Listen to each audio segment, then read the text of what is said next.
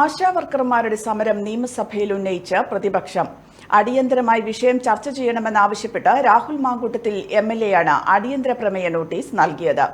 ആശാവർക്കർമാരുടെ വേതനം വർദ്ധിപ്പിക്കുമെന്ന് ഇടതുപക്ഷം പ്രകടന പത്രികയിൽ പറഞ്ഞിട്ടുണ്ടെന്നും അധികാരത്തിലെത്തിയപ്പോൾ എല്ലാം മറക്കുകയാണ് ഇടതുമുന്നണിയെന്നും രാഹുൽ മാങ്കൂട്ടത്തിൽ പറഞ്ഞു. ആശാവർക്കർമാരെ നിന്ദിക്കുന്ന സാമൂഹ്യക്ഷേമ വകുപ്പിന്റെ ചുമതലയുള്ള മന്ത്രി വീണ ജോർജ് അധികകാലം കസേരയിൽ ഉണ്ടാകില്ലെന്നും രാഹുൽ മാങ്കൂട്ടത്തിൽ പറഞ്ഞു. അടിയന്തര പ്രമേയ അവതരണത്തിന് അനുമതി നിഷേധിച്ചതിനെ തുടർന്ന് പ്രതിപക്ഷം നിയമസഭയിൽ നിന്ന് ഇറങ്ങിപ്പോയി. അതായത് 10,000 രൂപ ദിവസ ശമ്പളം ഉണ്ടായിരുന്നത് പോരാ, ദിവസ ശമ്പളം പോരാ എന്ന് പറഞ്ഞ് 13,541 രൂപയാക്കി. സാർ, PSC ചെയർമാന്റെ ശമ്പളം 10,000-ൽ നിന്ന് 14,538 വർദ്ധിപ്പിച്ചു. സാർ, ഇവർ പറയുന്ന ഒരു പ്രധാനപ്പെട്ട കാര്യം എന്താണ് സാർ? ഇത് പ്രധാനപ്പെട്ട കാര്യമില്ല, പോയിന്റിൽ കൺക്ലൂഡ് ചെയ്യാൻ എല്ലാം പ്രധാനപ്പെട്ടതാണ്. കൺക്ലൂഡ് ചെയ്യണം സാർ. ഇവർ പറയുന്ന പ്രധാനപ്പെട്ട കാര്യം എന്താ?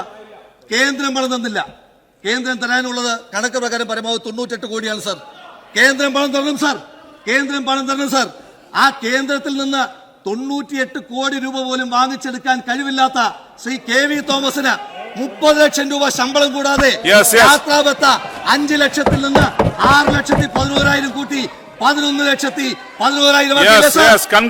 KV തോമസ് മാഷോട് പറയാം സാർ. വാങ്ങിയെടുക്കാൻ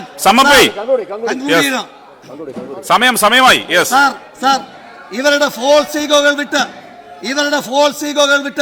ഇവരുടെ പ്രസംഗത്തിന് കൈയടിക്കുന്ന ആ സാധു മനുഷ്യർക്ക് അവർക്ക് 21,000 രൂപ എന്ന ഓണറേറിയം വർദ്ധിപ്പിക്കണം സാർ. മാനദണ്ഡങ്ങൾ അവസാനിപ്പിക്കണം സാർ. കുടിശ്ശിക വരുത്തുവാൻ പാടില്ല സാർ.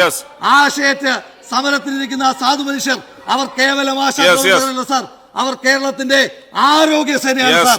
അവരോട് നീതി കൊടുക്കുവാൻ വേണ്ടി ഈ വിഷയം സഭ നിർത്തിവെച്ച് ചർച്ച ചെയ്യണമെന്ന് അഭ്യർത്ഥിക്കണം.